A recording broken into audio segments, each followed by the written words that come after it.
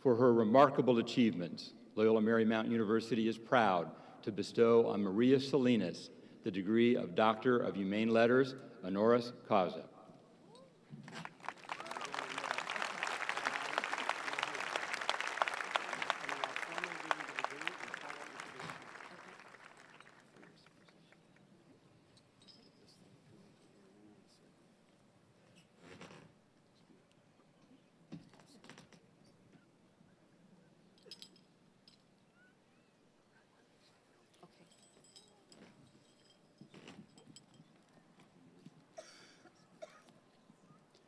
By virtue of the authority vested in me by the laws of the state of California and by the trustees of Loyola Marymount University, I now confer on you the degree of Doctor of Humane Letters, honoris causa, with all the rights, privileges, and responsibilities pertaining to that degree. Congratulations, Dr. Salinas.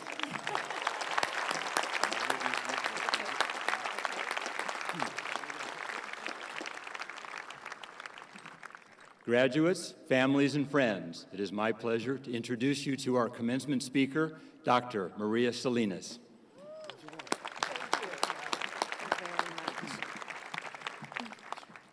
Thank you, Chair Viviano, President Snyder, Provost Poon, Executive Vice President, President Scarborough, trustees, regents, faculty, administrators, staff, families, and of course the mothers on this very special day, and the graduate class of 2019. What an honor it is to be speaking to such a distinguished class at my alma mater. Though I graduated in 1987, my heart never left the Bluff. And being here today on this momentous occasion, I am reminded of the many memories, the precious memories of my time here at LMU. 1987 was the height of many things.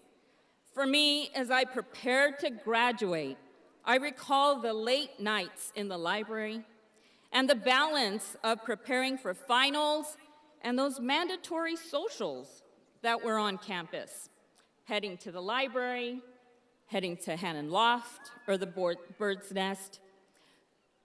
Really key decisions that I made in those last few moments here on campus.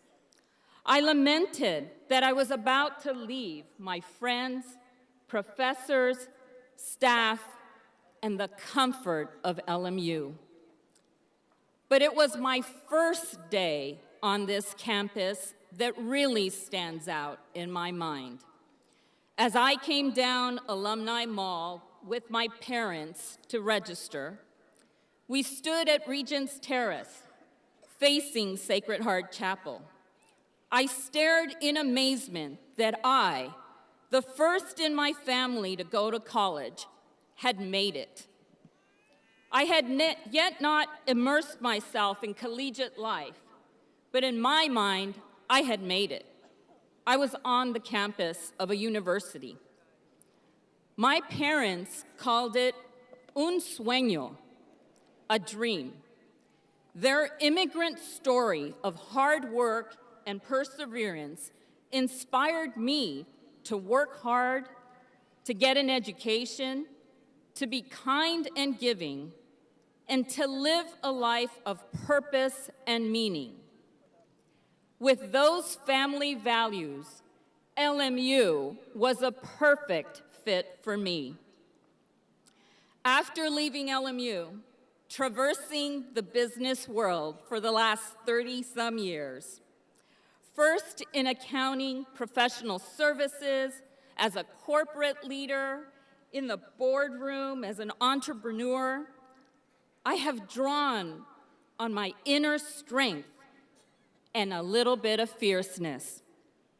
More often than not, I've been the only woman and definitely the only Latina in those spaces. Thank you. I recall the challenges I faced, the barriers I overcame, the mistakes I made, and the successes I achieved. And through it all, I've been guided by a value system that blossomed here at LMU. My life has been about living LMU's mission every day. It has been my shield and a guide. It has empowered me to think beyond today, to consider the paths that we still need to forge, and to live with meaning and purpose. My husband, also an LMU grad, Raul Salinas, who I met on this campus, calls this drinking the Jesuit punch. LMU prepared me to break barriers and shatter glass ceilings. Last year, I became the first woman and Latina president and CEO of the Los Angeles Area Chamber of Commerce. The first in over 130 years. I represent one of the country's largest chamber organizations with a great legacy of impact, from drawing people to this state in the very early years to supporting infrastructure efforts as the region grew, to more recently tackling issues facing our most vulnerable communities, like economic inequality, homelessness, and immigration reform. I firmly believe, as CBA Dean Dale Smith has said, business is a force for good. My goal is to lead our business community by embracing every aspect of this region with a sense of meaning and purpose, to lead boldly in this creative and innovative economy, to foster a workforce ready to compete globally, and to think critically in addressing the world's most pressing challenges. LA is well positioned to be a global powerhouse in reach and influence. Think about our diversity of people, of industry, music, food, and arts. That's our strength. Think about our proximity to international markets. That's our global reach. And with thought leadership from distinguished academic institutions like LMU that focus on the spirit of innovation, entrepreneurship, and global imagination, you will lead boldly with courage and your own fierceness to create the world you want to live in, as President Snyder has said. If we are to succeed, this means we are ensuring prosperity for all. We understand that we can live a life of meaning and purpose through service and the promotion of justice. You are prepared to take the reins of leadership because you are grounded with a value system to understand right from wrong, and that the meaning and purpose in every decision that you made. And if you just read the current headlines, you know that in this city, in this country, in this world, we need you. We need the compassionate and empathetic leaders that LMU creates. As I led my happy life through the business world that I was in, it was not without the bumps and turns. And no, I'm not referring to my 4 boys, who are not here, 2 of them are not here today, but I know they're streaming it from their college dorms.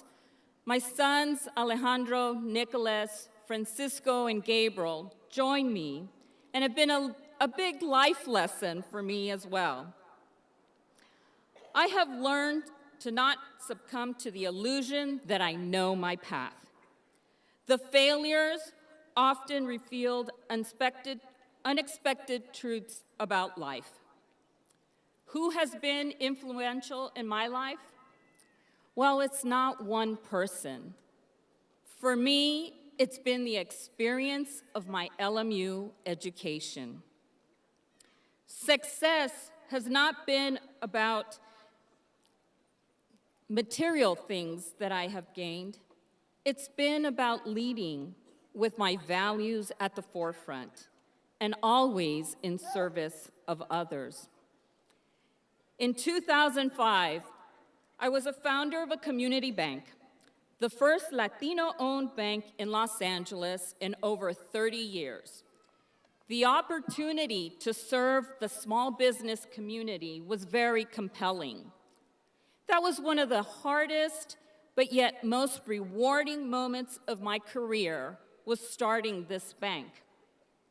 However, we opened our doors in 2006, and by 2007, we were headed for an economic downturn. Little did we know that the most serious financial crisis the U.S. would experience since the Great Depression was around the corner. We soon found ourselves under heavy scrutiny from bank regulators, not because we had done anything wrong, but we were just not growing. We were a new bank, and the market was heading downward. Our boardroom was the hub of complex analysis and an intensity level that was off the charts. I was asked to lead a special committee to communicate directly with the bank regulators, a task that I first thought would be easy, given my audit and compliance background. I was wrong. The scrutiny of my every word, spoken and written, and the interrogation as to our oversight and governance put me in the hot seat for a good 4 years, 4 excruciating years. At times, it was like there was no light in sight. I'm sure many of you have had moments like that. And in those type of moments of intense pressure, I was guided by my moral compass, working with integrity and transparency, being guided by a strong ethical background, guiding principles that were fostered here at LMU, the same guiding principles that will guide you as well. In the end, the bank weathered the financial crisis, and we came out stronger. My board colleagues credited me with achieving a positive result, and years later, I was appointed chairwoman of the bank. I also received the nod of approval from the bank regulators, who I later found out that there were several LMU alums that were on their team.